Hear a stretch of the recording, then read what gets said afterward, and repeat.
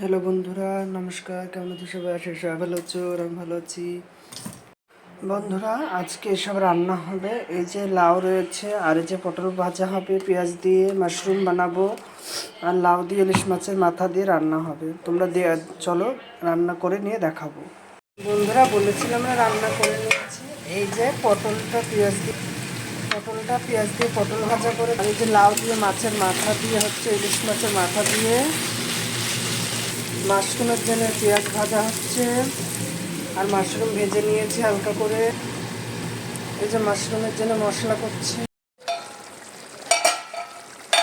এই যে মাছের মাথা লাউ দিয়ে একটু জল দিয়েছি, ঝোল ঝোল হবে, মাখা মাখা।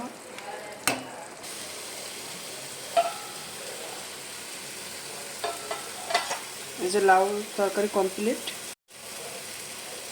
ইলিশ মাছের মাথা দিয়ে লাউয়ের তরকারি করেছি।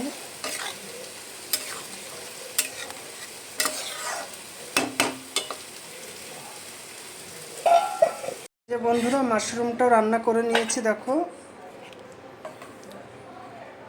মাশরুম,